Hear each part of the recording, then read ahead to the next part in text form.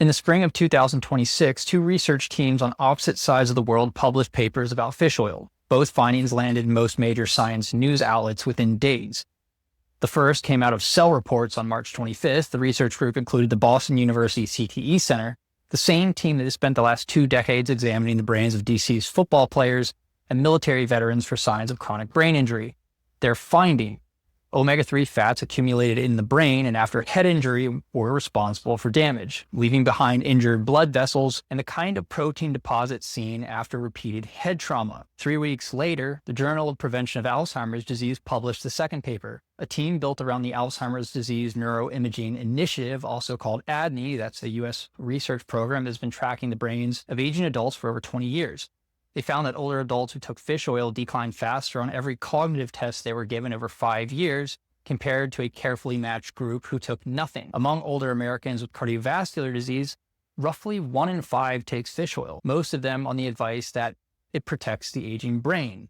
For years, we've been told that fish oil is uniformly good for us. 2 papers, 2 continents, 3 weeks apart, both made the science news, both of them alarming in their own right, and the literature behind them has been building for almost 20 years. The human data, the ADNI paper, had access to something that earlier trials did not. ADNI tracked the same older adults over years with brain scans, spinal fluid genetics, and detailed medication and supplement logs. They could look at what happened inside the brains of fish oil users, not just what happened to their test scores. The fish oil users were also matched the non-users on a gene called ApoE4. That's the single biggest genetic risk factor for Alzheimer's. Carriers had to be evenly distributed between the groups or the comparison wouldn't mean anything. Then they ran the numbers. On 3 separate measures of cognitive function, covering memory, daily function, and overall mental status, the fish oil group declined faster than the matched controls.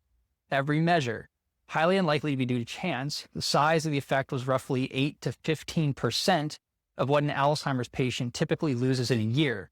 Small, but consistent and present across every measure. Anyone reading a result like this should ask the obvious question: what if the people who started taking fish oil were already declining faster, and the supplement was a response to early symptoms, not a cause of later ones? The research team asked the same question. They compared the pre-supplement trajectory of the future fish oil users to the matched non-users. The fish oil users were not declining faster before they started.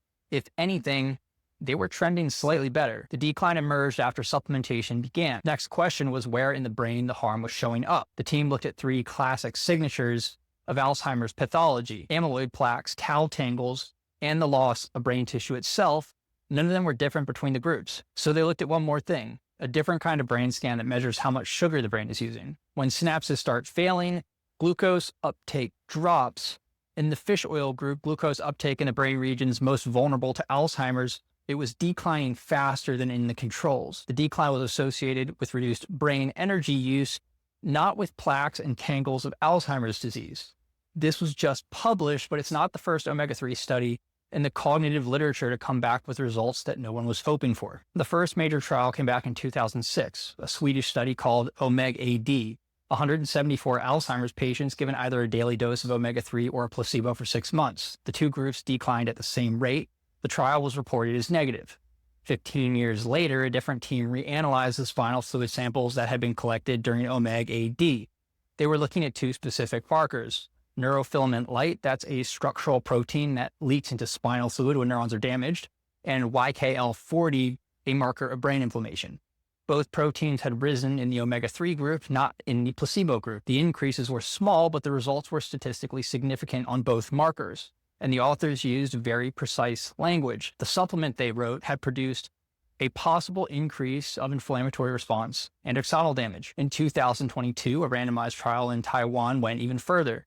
The researchers enrolled 163 patients with mild cognitive impairment or early Alzheimer's and split them into 4 groups: placebo, DHA alone, EPA alone, DHA and EPA combined. 24 months, the headline result was familiar. No benefit on the primary cognitive measures, but on the specific cognitive subdomains, 2 of the supplement groups had gotten worse than placebo. In 2010, the largest trial of its kind had just been published in JAMA: 400 Alzheimer's patients, 2 grams of DHA per day, 18 months across 51 sites. No benefit on daily function, no effect on brain shrinkage measured by MRI. The 2026 ADNI paper was the first to find faster cognitive decline in a large group of fish oil users, followed over years. But the damage signals had been there all along, buried in trials that nobody had connected, and the explanation had been sitting in the biology for years. Somewhere the cognitive trials had never even thought to look. The cognitive trials had been asking the same question for almost 20 years. Does taking omega-3 slow cognitive decline? Almost none of them asked a different one. What does omega-3 actually do in the brain? DHA is the dominant omega-3 in brain tissue by a wide margin. DHA comprises approximately 40% of the polyunsaturated fatty acids in the brain and up to 60% in the retina. Brain DHA levels are roughly 250 to 300 times higher than EPA. EPA is something else entirely. The brain barely takes EPA in. The brain incorporates EPA into phospholipids approximately 70 times more slowly than the liver does. And of what does enter the brain, between a third and a half is broken down within the first few minutes, converted to other compounds rather than incorporated into the tissue itself. This is not a new discovery. Some of those cognitive trials still treated EPA and DHA as the exact same intervention. In 2020, a paper named in Nature Communications that went further. The researchers gave mice an acute dose of EPA and tested their learning and memory. The mice were worse than controls. The cellular processes underlying memory formation in the hippocampus were impaired. The researchers then genetically engineered mice to produce elevated levels of EPA inside their own brains. The same result. Then they identified the mechanism. EPA was quieting the brain's neurons, enhancing inhibitory signaling through a specific serotonin receptor.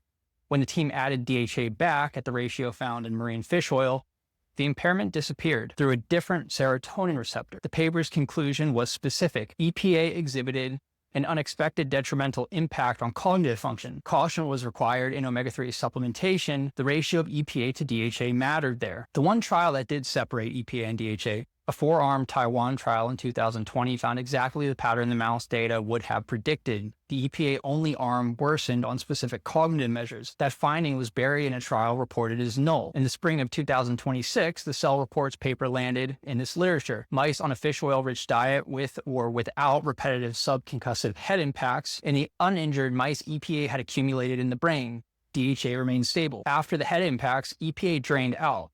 The injured brain was actively pulling it from cell membranes and using it as a part of the injury response. The injured brains had switched on the genes for fatty acid metabolism and switched off the genes for building new blood vessels.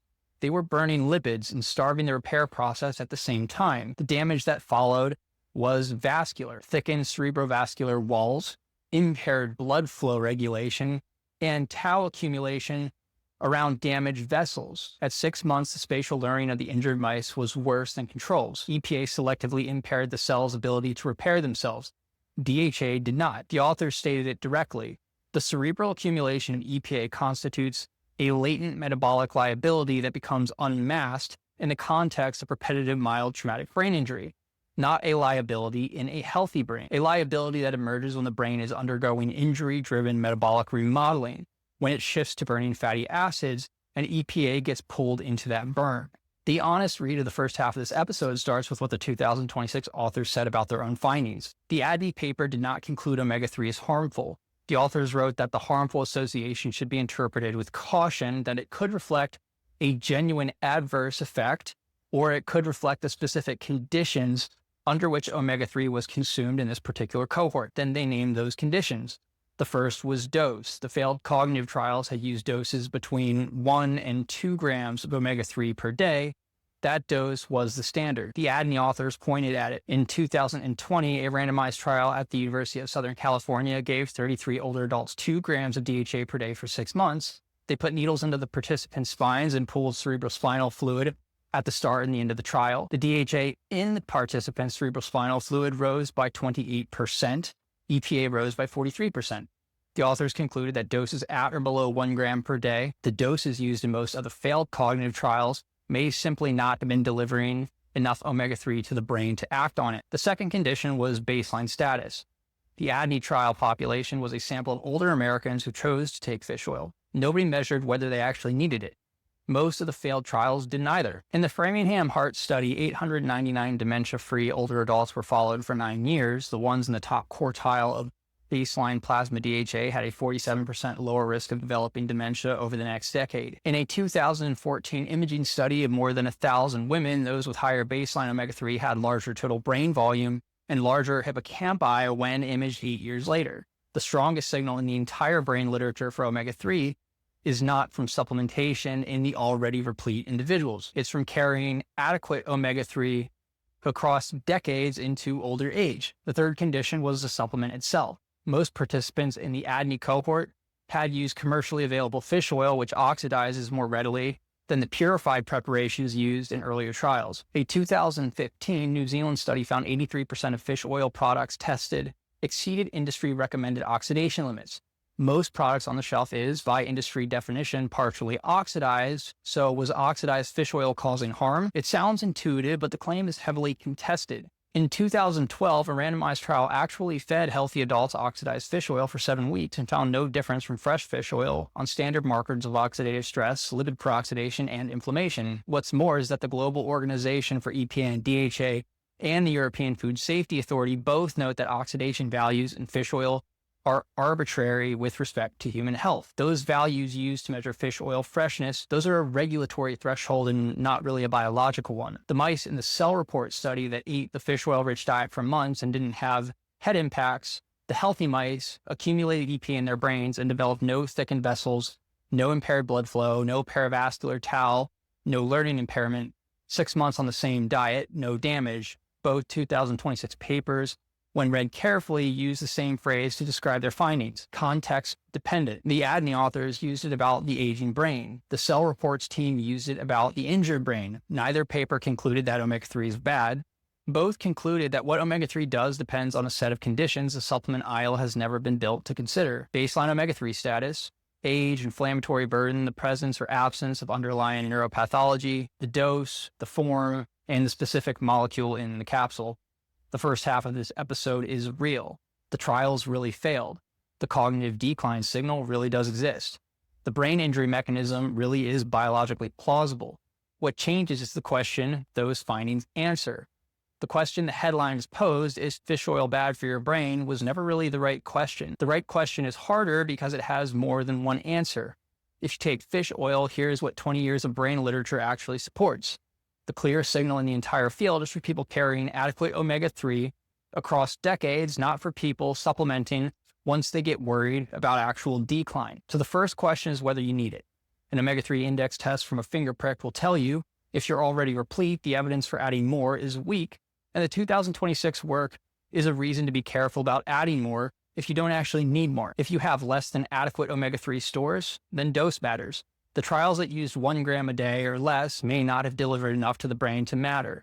The trial that worked used 900 milligrams of DHA. The brain delivery study used more than 2 grams. If you're going to supplement, the dose has to be high enough to do what you bought it for. And if you have a history of repeated head injury, contact sports, military service, anything along those lines, the 2026 mechanism work and Cell Reports is the strongest reason to have a real conversation about whether high-dose fish oil is the right call. The healthy mice didn't get hurt. The injured ones did. But again, those were rodents consuming large amounts daily for months, which is years in relation to how humans age. The supplement aisle has sold omega-3 as a single decision for almost 30 years. Whether it helps you, does nothing, or harms you depends on conditions the bottle doesn't ask about, and conditions you've probably never been told to find out. Thank you for joining me on today's episode. Please subscribe on whatever channel you're listening on, like and comment, as that helps the channel. Until next time, stay healthy.